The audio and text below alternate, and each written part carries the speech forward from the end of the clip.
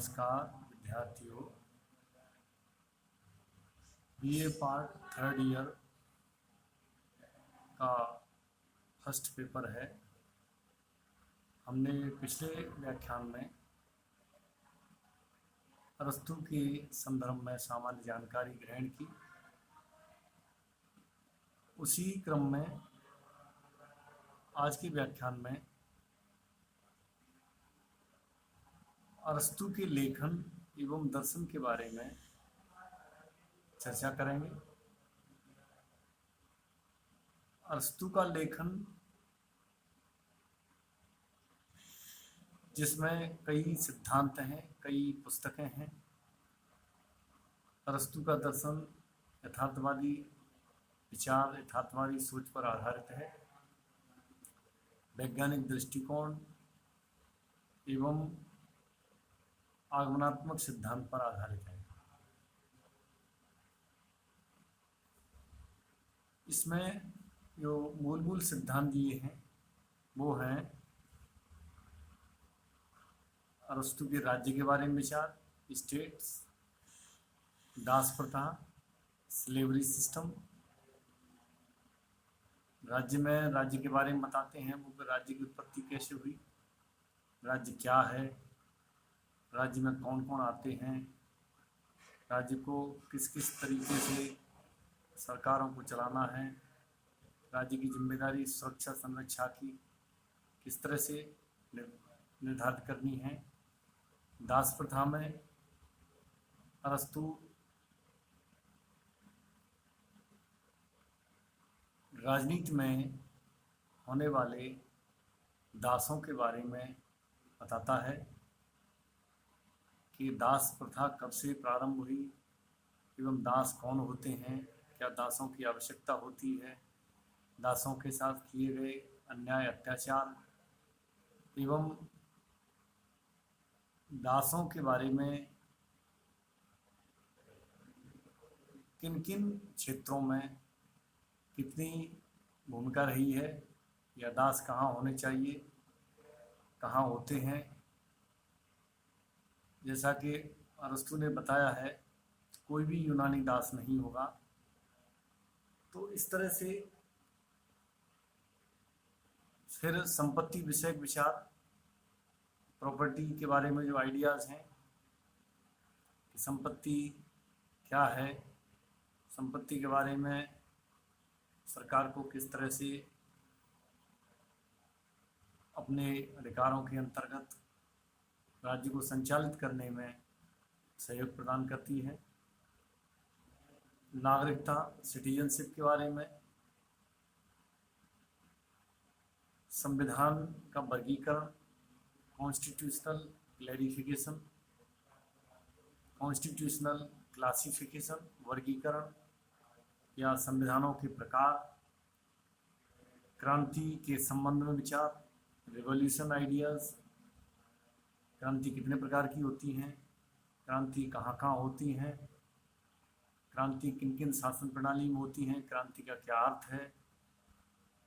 वैसे संविधान में परिवर्तन ही मुख्य रूप से प्रमुख विषय माना है। फिर है आदर्श राज्य, आइडियल स्टेट्स के बारे में विचार एवं शिक्षा के सिद्धांत के बारे में विचार।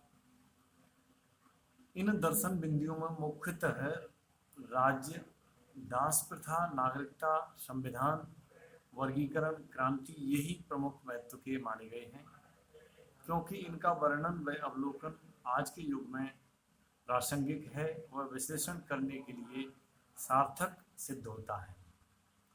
एवं राजनीतिक शोधकों के लिए, राजनीतिक स्कॉलर्स के लिए यह बड़ा ही महत्व का विषय है।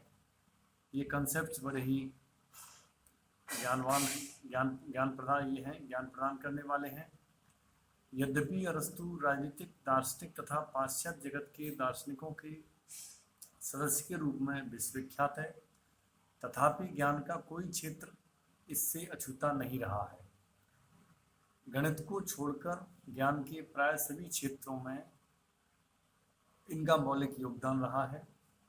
अरस्तु को लगभग 400 ग्रंथों का रचयिता माना जाता है, जिनमें से अनेक तो अप्राप्त हैं, जिनका कोई लेख नहीं मिलता है, न उनकी कोई लिपियां मिलती हैं, लेकिन उनके अवशेषों के आधार पर और प्राचीन ग्रंथावली के आधार पर यह माना जाता है कि लगभग 400 ग्रंथों की रचना की थी, जिनमें से अनेक तो अप्राप्त हैं। पॉलिटिक्स इनका सर्वश्रेष्ठ व विख्यात ग्रंथ है, जिसे हिंदी में राजनीति बोलते हैं, जिसमें वह लोकतंत्र की परिभाषा देता है, राजनीति का अर्थ बताता है कि राजनीति वास्तव में क्या होती है, और राजनीति को वैज्ञानिक दृष्टिकोण से पढ़ने के लिए भी हमें क्या क्या उपागम चाहिए, किन किन स्टेप्स पे जाना होगा, जिससे कि राजनीति को वैज्ञानिक दृष्टिकोण हम प्रदान कर सकें। अरस्तु ने अपने राजनीतिक विचारों का विस्तार पूर्वक वर्णन किया है।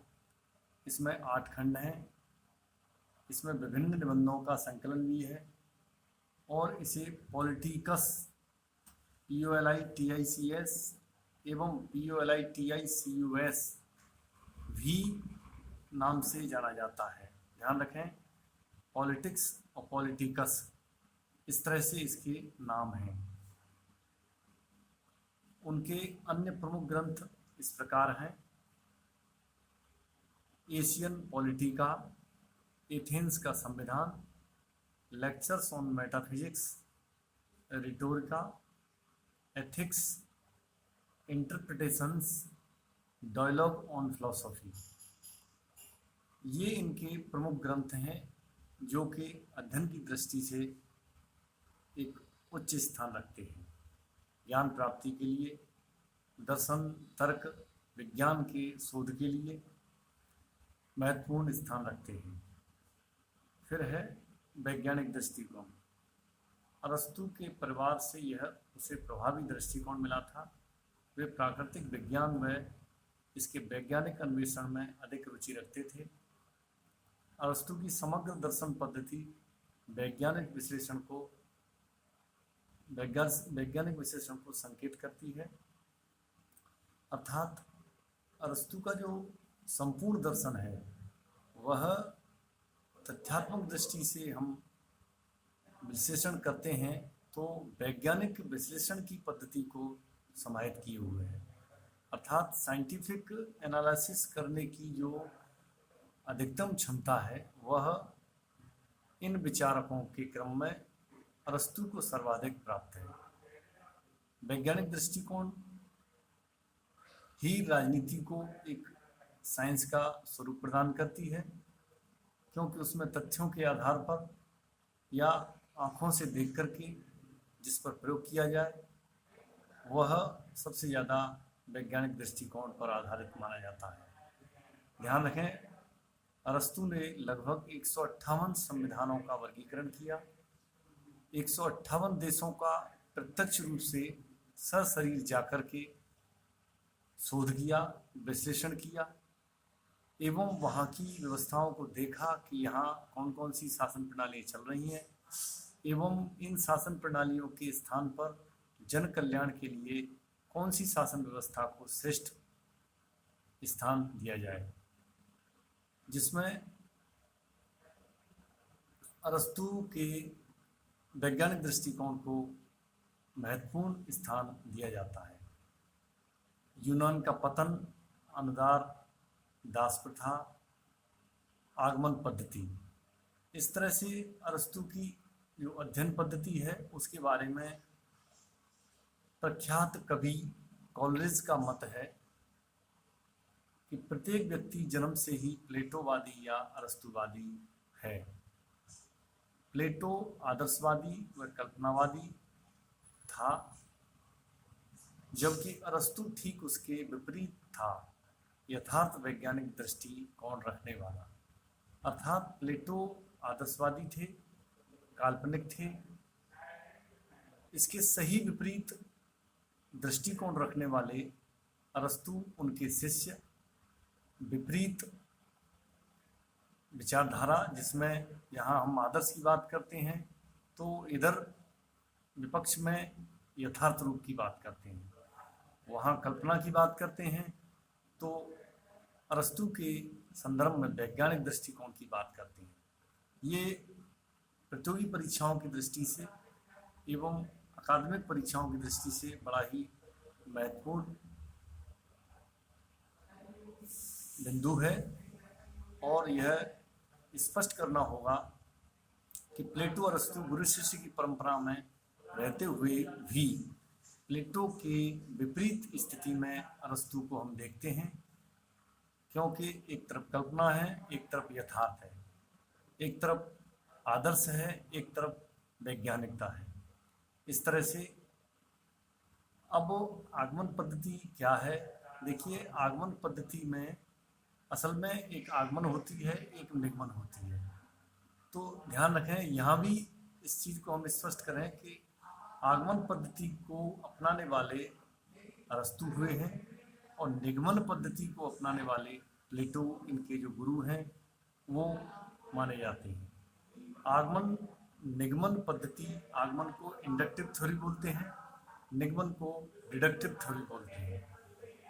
तो आगमन पद्धति में किसी नियम को विशेष से सामान्य पर प्रयोग करना ही कहलाता है, यानी किसी नियम को विशेष से सामान्य की ओर हम प्रयोग करें, वह आगमन पद्धति की श्रेणी में समाहित किया जाता है। तो ये इस तरह से निर्धारित किया गया है कि प्लेटो के दर्शन में इन सभी तथ्यों का वैज्ञानिक दृष्टिकोण एवं पद्धतियों का विश्लेषण किया जाता है। आज के व्याख्यान में बस इतना ही, कल करेंगे।